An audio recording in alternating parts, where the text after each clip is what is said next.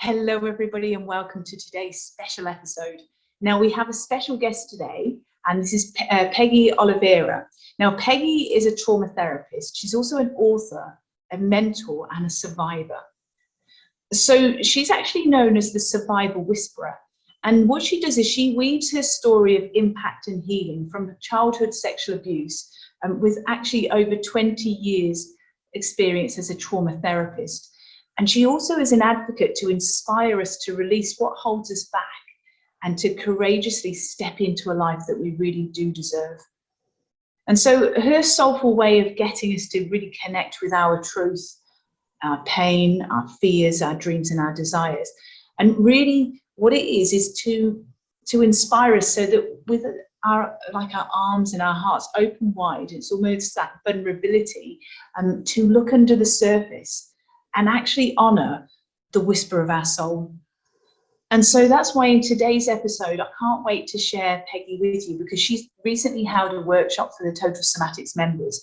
And I want to really share with you some of the gems that we discussed, but also to learn a bit more about what Peggy does and what she has happening very soon.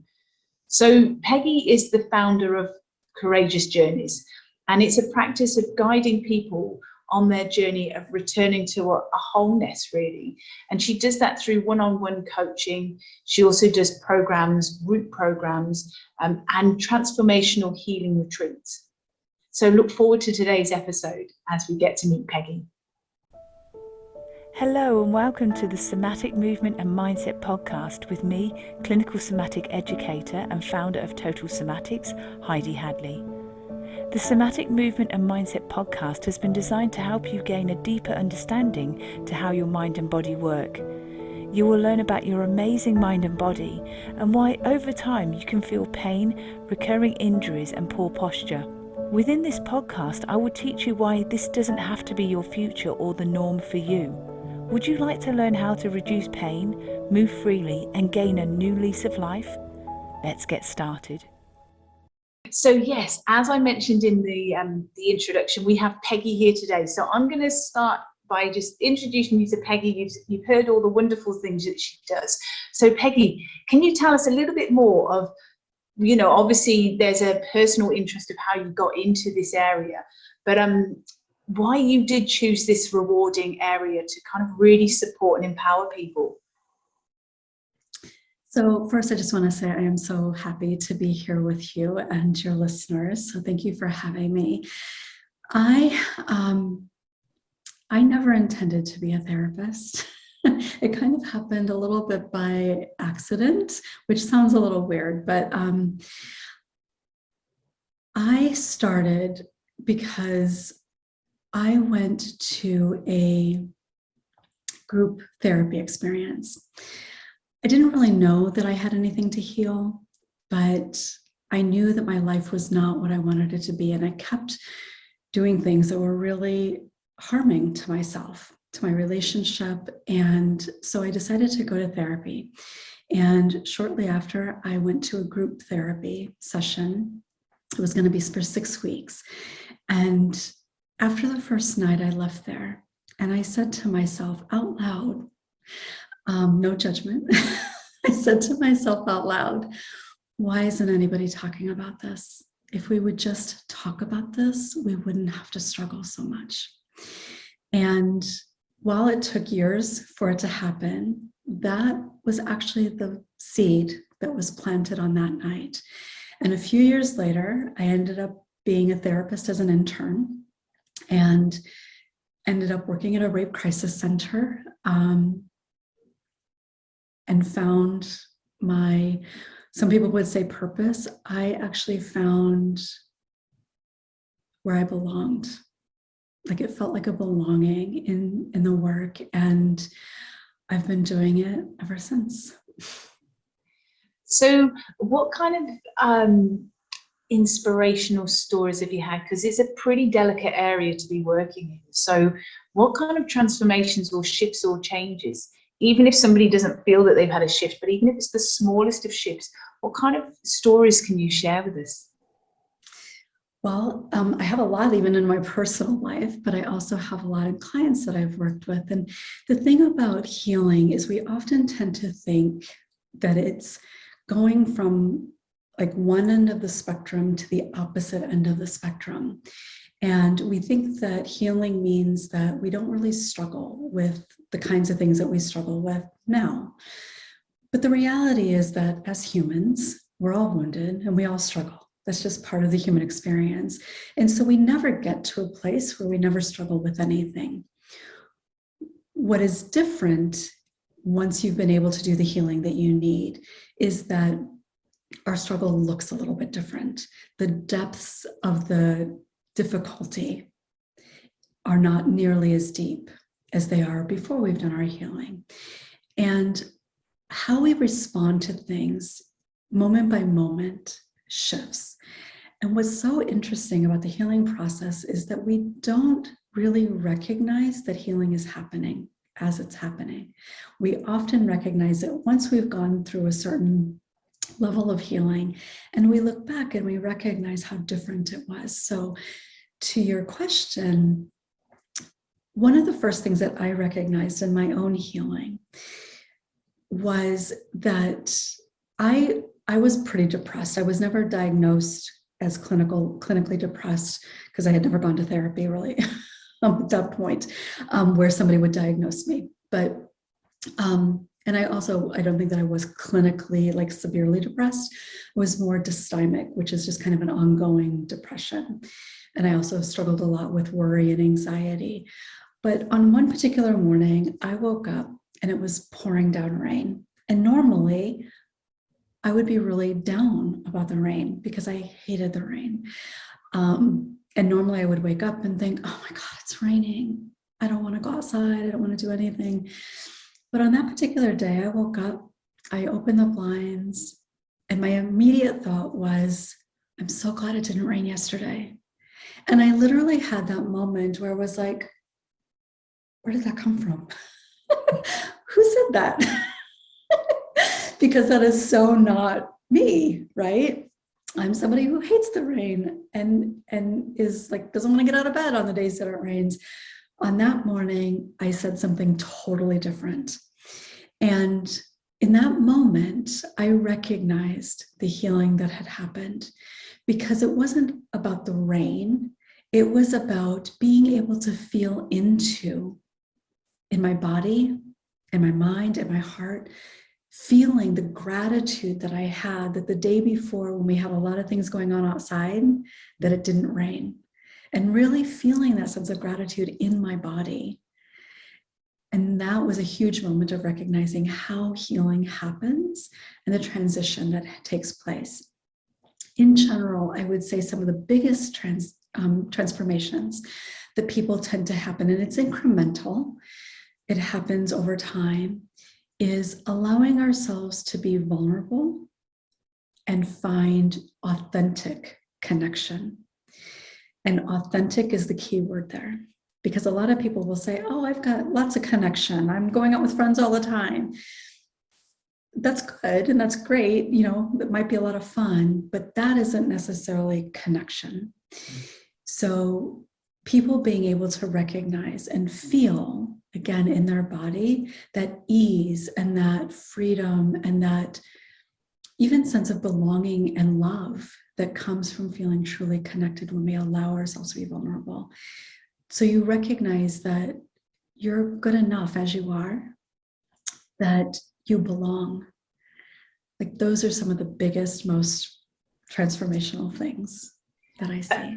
And I think that's really interesting because we've obviously just come off the workshop with the Total Somatics members, and some of the key words we were just chatting before we started the recording was boundaries, acceptance, vulnerability, that sort of thing. And we talk about community as well. And you just triggered thought, Peggy, and that was when you said about that vulnerability and really the quality of our connections, you know, individually, because I've said it before in podcasts and I'll mention again, is that in a connected world, we're more disconnected than ever before. We've got these vanity figures of how many followers a person has on social media, but it doesn't really reflect on the depth and quality of a relationship. And there's a lot of self-worth that's linked in with that whole obsession with how many followers and your friendships. And even if a lot of people are feeling quite lonely at this time now with the whole COVID, it's kind of compounded that feeling of loneliness, and it's created a level of social anxiety in the community, hasn't it? So people have withdrawn. So it's kind of reaching out to find that, as you say, that authenticity, because people can see behind that fakeness or that facade, can't they? And it's hard work to keep up a facade. It's really about being your true, authentic self, really. What are your views on that? Because we were obviously chatting about that also in the workshop. Yeah. So one of the first things is it's really hard to be authentic, like to truly be authentic, because that does require vulnerability. And we don't live in a world that, like, we live in a social media world that always, like, there's even hashtags like vulnerable and vulnerability. And like, so we live in this kind of pseudo vulnerability space. But just because you share that you cried last night, that can be vulnerable, but that's not like really being a vulnerable person, right? So there's some differences here. So I think part of the challenge is that, and I think social media is a good example of this, because people share a lot of really personal things, right, on social media. It's kind of surprising in a way, but there's a difference between sharing personal things and being vulnerable, because vulnerability, true vulnerability that allows us to be connected, requires us to show the parts of ourselves that we're afraid to show. So if we are spending time with people and we are, even if we're engaging in conversations about something, but yet we know that there's a part that we don't want to share, or we fear what they would think if they knew that we felt this way or struggled with this thing, then we're not really showing up completely authentically, because we're hiding a part of ourselves. Now, if we're doing that intentionally, that can be okay. But the reality is, for most of us, we're not doing it intentionally. We're not creating opportunities where we can show up in those places and share that part of ourselves. We're just kind of hiding that part away generally, and only showing the parts of ourselves that we think are kind of acceptable to show up as. And so, and I think it's important to say this, we don't necessarily want to show our most vulnerable parts of ourselves with everybody. So it's not that we need to work at being completely open and honest with everybody that we come in contact with. That's definitely not the goal. But it is about being real with ourselves. And that's probably maybe the most vulnerable thing, is being honest with ourselves about, what do I really feel right now? What is my actual opinion about this? And not just the thing I think I should say. What do I really need or want right now? And then being able to express that or do something that can help bring that into your existence. So when we show up in a way where we're wearing a mask, where we're creating this facade, then what can actually happen, especially if we're thinking, well, they don't want to hear about this, or they would think that I'm being silly if I shared this with them. What we're actually doing in those moments on a subconscious level is reinforcing that who we are is not enough, because we're hiding part of who we are to be accepted in this space. Like, one of the things people will often say to me is, people expect me to be the funny one. People expect me to be the strong one. People expect me to be the one who's always there for other people. So if that is the case, then you likely have a fear on some level that if you don't show up in that way, that they're not going to want you to show up at all. And so then you hide that part of yourself. And it's not necessarily them causing you to do that, but it's your fear of what might happen if you show up that way. So if you do that, especially not consciously, then the belief that it's reinforcing is reinforced even deeper, because you're not even aware that it's happening. And I think what's interesting on that subconscious level as well is that if you're going into a relationship or a conversation with with questioning or disempowering beliefs, or your self-worth and all that sort of thing, what happens is that other people can sense that guardedness, and then they put their guardedness up, and it can actually really start to impact on a relationship developing and growing deeper. It just basically stays pretty superficial. And then the feeling of, say, loneliness is deeply compounded, because you think, I never really feel like I get a heart to heart with somebody. But as you say, it's because we have to create that vulnerability. And I don't know if you've seen this, Peggy, but I know over the years, seeing different things whereby somebody's ruminated over a thought, and they've created that thought process before they go into that conversation. So they already withdraw from a dialogue. So you only hear half, and you're trying to decipher what they're trying to say, because inside they've already finished off that conversation. They've created the summary of what it's like, and yet it's not they're not truly present in that time. Yeah, absolutely. And they're already feeling, right? They're actually feeling that sense of rejection, or they're feeling that sense of shame, or whatever it is that they've tucked themselves into because of what they're expecting to happen. And so they're left feeling that. And then they believe that they feel it because of the interaction that happened, which reinforces the idea that it's not safe to interact with people. But in reality, it's not the interaction that left them feeling that way. It's the expectation that they anticipated that left them feeling that way. And you're right, that other person, because we're all wounded, so that other person is likely coming into it with their own sense of guarding in some way or another.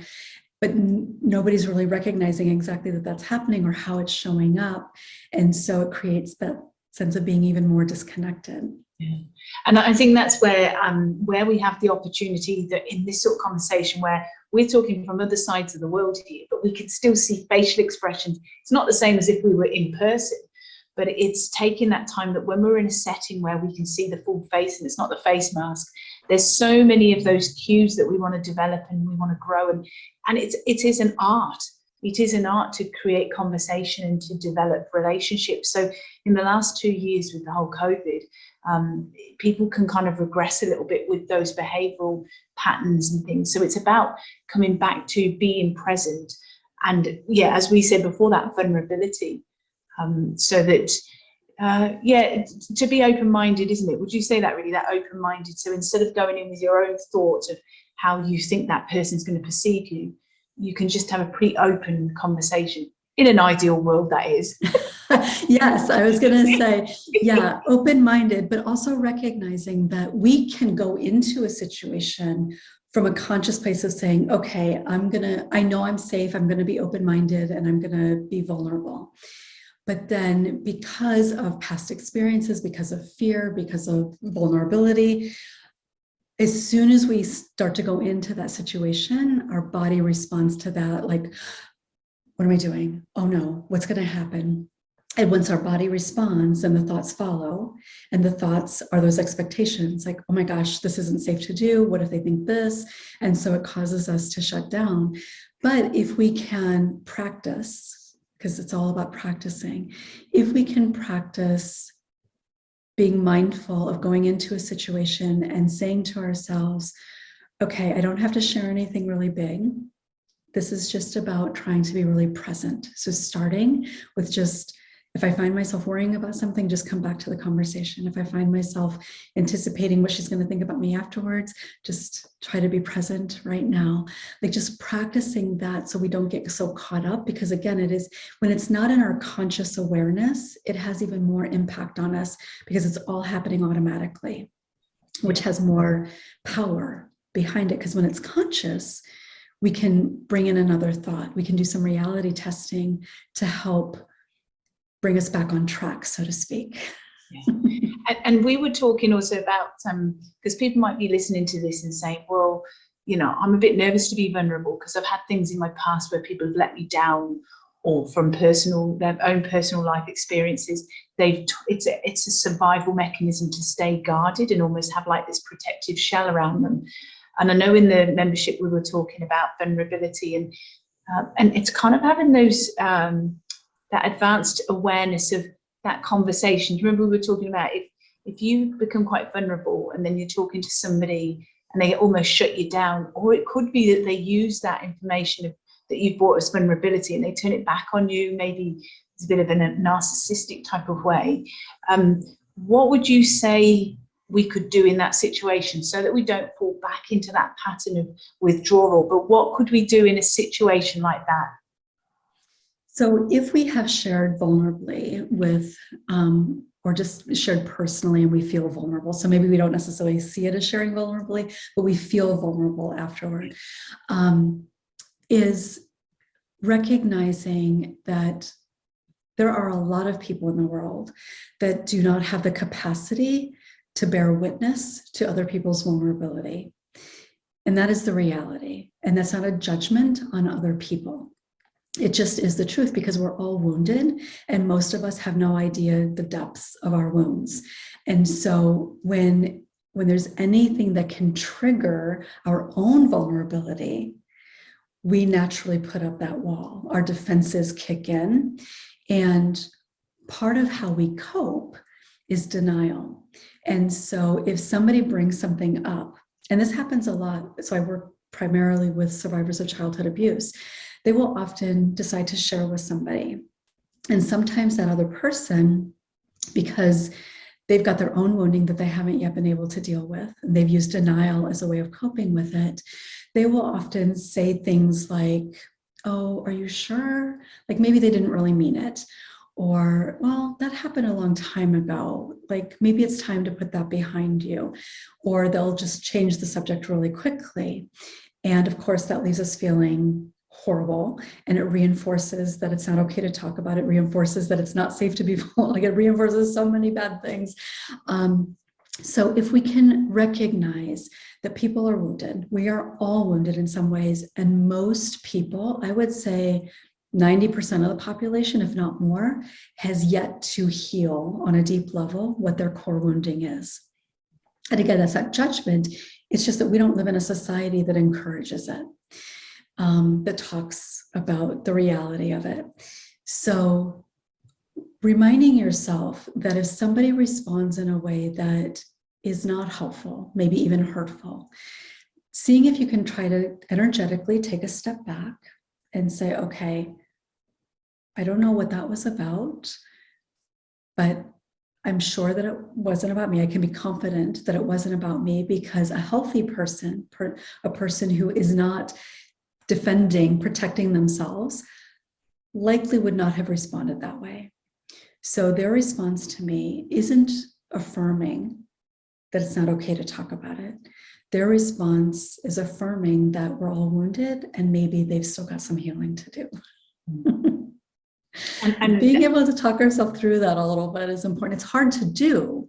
Yeah. It doesn't come natural. And as soon as that sense of being dismissed or somebody denying your experience, as soon as that triggers, it creates a physiological response. And that physiological response then takes us back to the core beliefs that were developed when that physiological response first happened. So it's not natural. It's not easy to try to do that. In fact, it's pretty impossible in the early stages.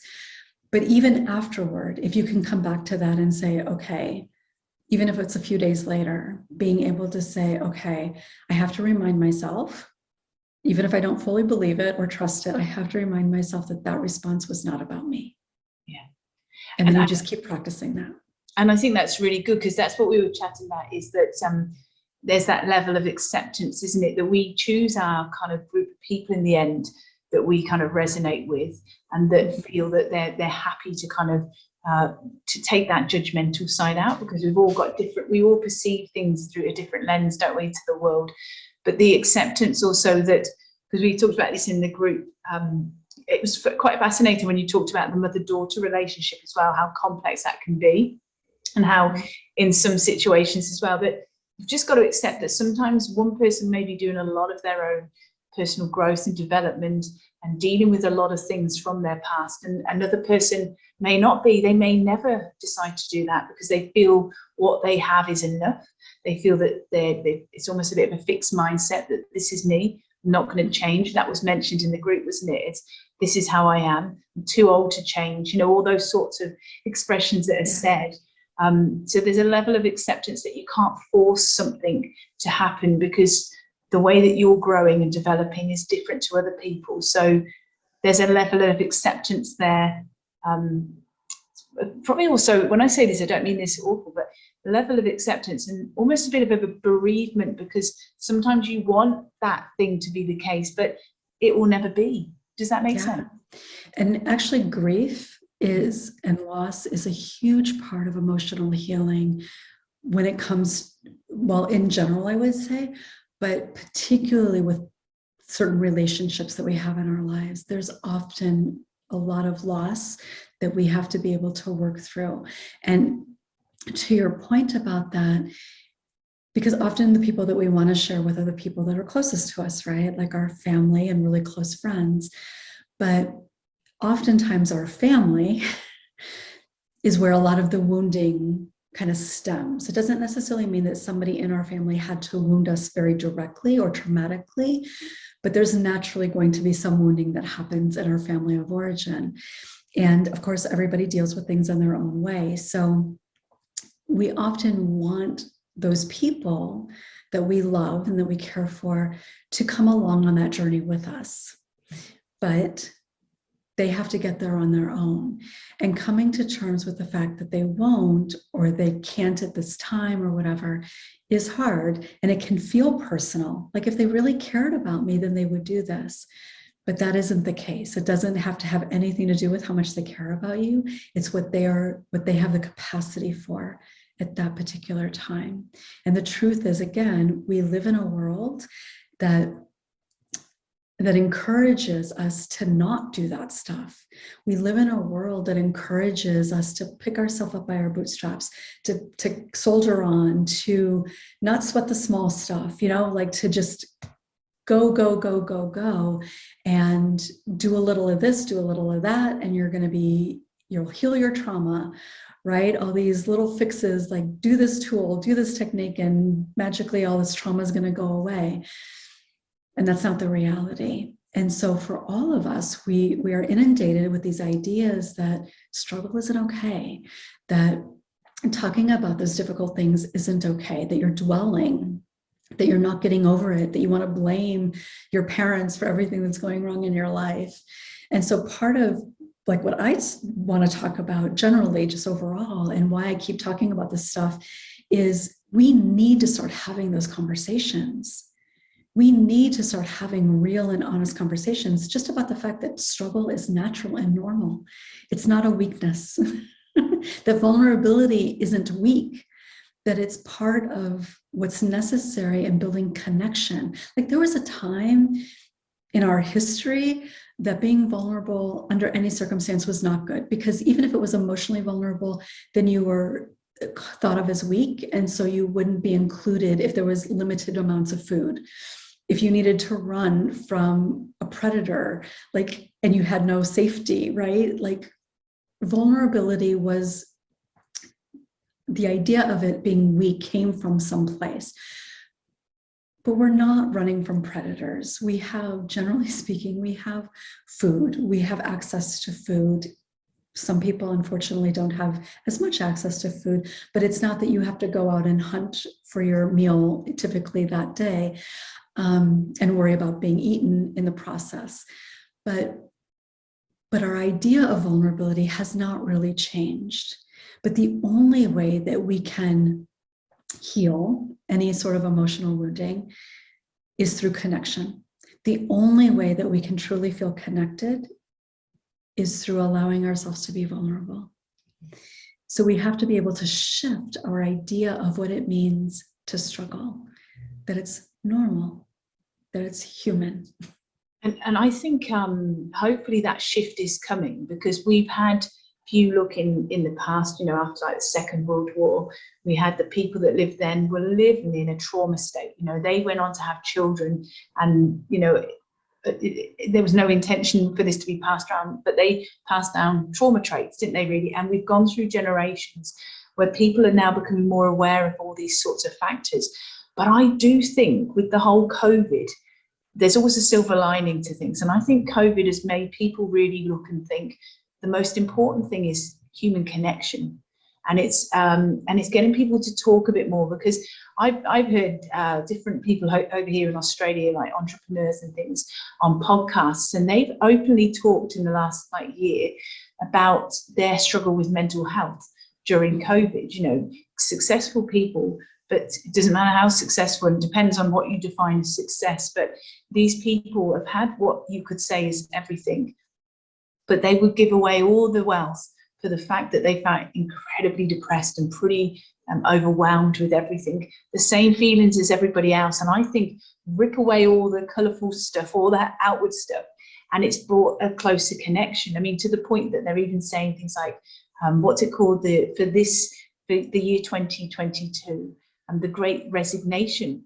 So that I heard on the radio, they said over 60% of people are not happy in their jobs, and they want to take a shift and change. And so it's literally getting people out of this thing where you've just got to put your head down, your bottom up, and work hard, not notice your feelings and emotions, but actually now getting people to notice inward and think, actually, what drives me? What am I interested in doing? Do I want to spend more time having a quality of life with family and friends? Because that's where the richness comes from, and that's what really feeds our soul, isn't it, really? Mm-hmm. Absolutely. And one of the things about COVID is that there's so many feelings that we felt as a result of COVID, like the uncertainty and the fear, loss, even fear of loss, like losing people that we love, that for many people feels very familiar to other feelings that maybe there's some wounding or trauma around. And so with COVID, while COVID itself for some people was very traumatic, just the idea of it, even if they didn't experience it, but just for some people it was traumatic, for other people it was just like a fear that they had. But for many people, part of the reason that it became even more significant is because there was so much familiarity of the feeling that it created, the lack of control, feeling powerless, feeling disconnected, feeling alone and isolated, feeling kind of helpless in the face of there's this thing coming. Like, so one of the things for a lot of the people I work with as a childhood trauma therapist is, as a child, obviously you have no real control of your life. And if you are living with somebody who's abusing you, there's no escape, right? And one of the things with COVID is this sense of helplessness.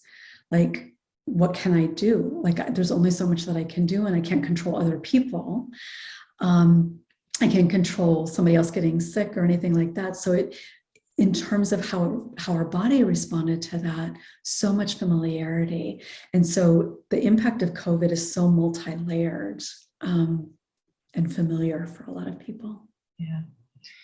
And I was just thinking, when we were talking, kind of developing on from that, and how we can kind of heal and repair, and it is like a lifelong experience and journey, isn't it, really? Because we have the ups and downs, we get things that will trigger us and set us off, and then people can sometimes feel a bit overwhelmed and think, I've done all this work, I feel like I've stepped back, and and all these different factors. But if we kind of look at it as a whole, I think one of the big things you mentioned in the workshop as well was about boundaries, isn't it? And taking care to kind of look after ourselves, the boundaries to put a worth or a value on ourselves, but not to, like we said before, to isolate or create that protective shell that we don't let anybody in.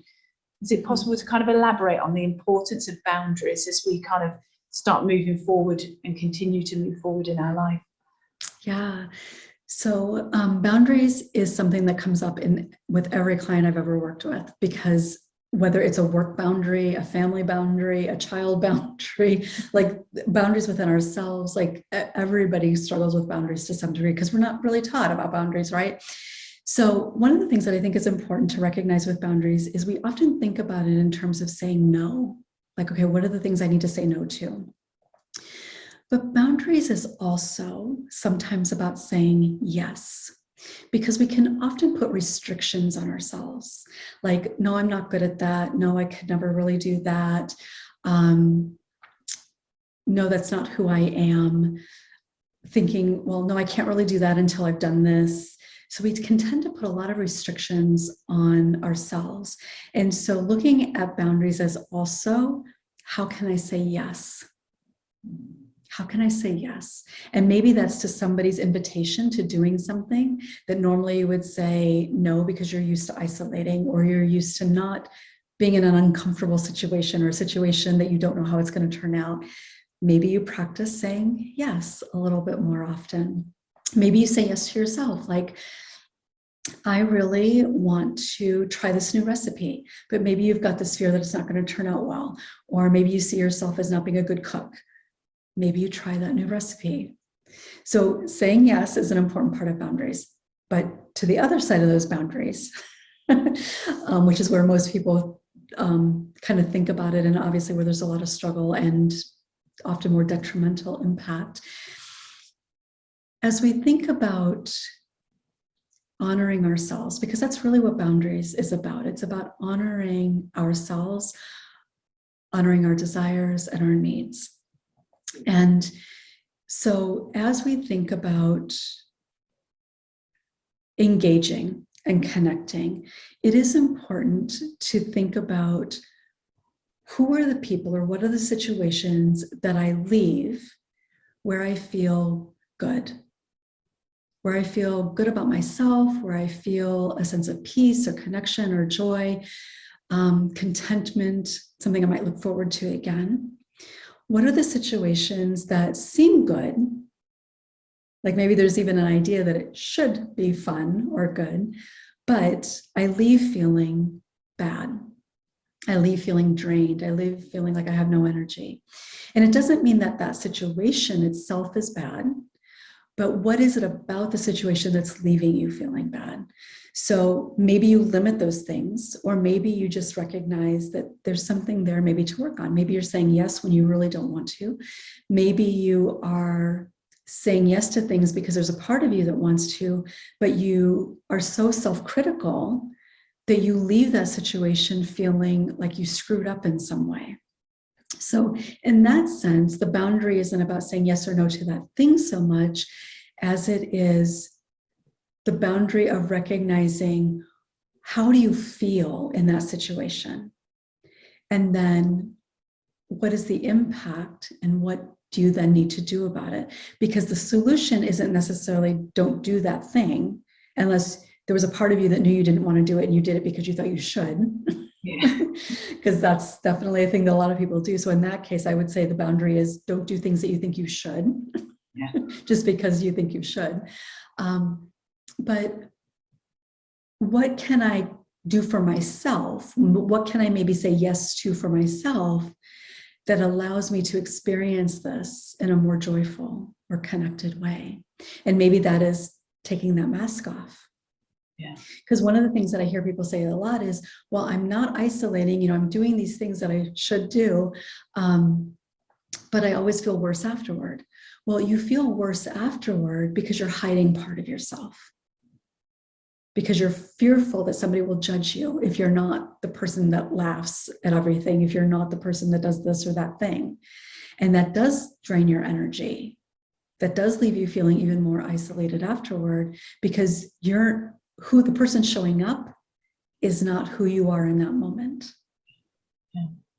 It's so true, isn't it? And I think that's why it's so somatic in its way, that you kind of look at how a different setting is going to either help you energetically as well as emotionally, mentally and physically, either if it builds you up or if it feels like it's almost like an energy vampire setting, isn't it? So it is interesting, because it is creating those boundaries that you want to make sure you're in a circle, say a friendship circle, that you're going to build them up and they're going to build you up equally. But if you come away from that setting and every time it's a pretty negative, depressing type of conversation and you come away pretty worn out, it's probably times like that to start thinking, I need to find people that resonate, that actually want to talk in a different setting. Because would you agree, Peggy, that there's only so much you can do, but it's about the acceptance again, that you can't force a group or a few people to talk a certain way. What it means is that at this point they're still important to you, but it probably is good to start looking for connections where it's more empowering. because we know we've got a lot that we have to deal with on a daily basis. So if in our free time you're in a setting where it's pretty negative, pretty disempowering, like gossipy, fault finding, that can be quite draining in itself. So it is creating that boundary there, isn't it? Yeah, and I think that that's a really important thing to look at. And unfortunately, a lot of us who have not yet healed some of those deeper wounds, we tend to gravitate towards those types of groups and people, they tend to navigate towards people like us who will either fall into that too, or support that kind of thing, or that person, or whatever. So I think that that is an important thing to look at. One thing that I think is important as you're weighing that, like, is, how do I feel leaving the situation? If you find that every situation you leave, you feel bad, it's important to check in with yourself and check, is it the situation or is it me? And what I mean by that, so I'll give you a very clear example. So I do groups all the time, and the groups that I lead are very healing, deep, vulnerable groups, but there's beautiful, magical healing that happens in them, because they are deep and vulnerable and all of those things. And I always encourage group, but I have, and this happens quite often, but there was somebody who kept saying, you keep telling me that these groups are healing, but I find that I'm questioning myself all the time, and I feel like shame is triggered a lot, and I think maybe group just isn't for me. And we talked about it, and I said, it's important to honor that. If it's making you feel worse, then definitely it's not a good time for you. But what ended up happening, and we talked about this, is that it wasn't the group that was actually the issue. It was her own sense of self-worth, and where she could take anything from the group as a reinforcement that she didn't belong, that she wasn't enough, that reminded her of shame in some way. And because she wasn't necessarily participating in the group a whole lot, she didn't have an opportunity to undo that. So it reinforced it over and over again. Well, this last group that I led, the same person was in this group, and she participated a lot more. And most everybody in the group this time around shared that, like, somebody actually used the word magical, maybe even a couple of people. They talked about how powerful it was, how healing it was, how much they're looking forward to the next one, because even though maybe they didn't feel sure about it and they felt really unsure or like uncertain and intimidated, recognizing the power and the healing that happened. But this particular person recognized how different it was. And she said, there was something different about this group. And I said, no, what was different is you, how you showed up in this group. Because she participated more, she allowed herself to be more vulnerable and stayed in it instead of feeling vulnerable and then escaping, which is what we tend to do, which reinforces shame. She stayed in it. She stayed engaged, and that allowed her to release some of that shame and to feel that she belonged in that space. And isn't that lovely? Because the freedom that comes from that, because you realize how much you repress, you're pushing that energy down, there's that resistance all the time. And yet it is freedom. When you said that, I just thought this freedom of her choice and her feelings, instead of being held captive that whole time.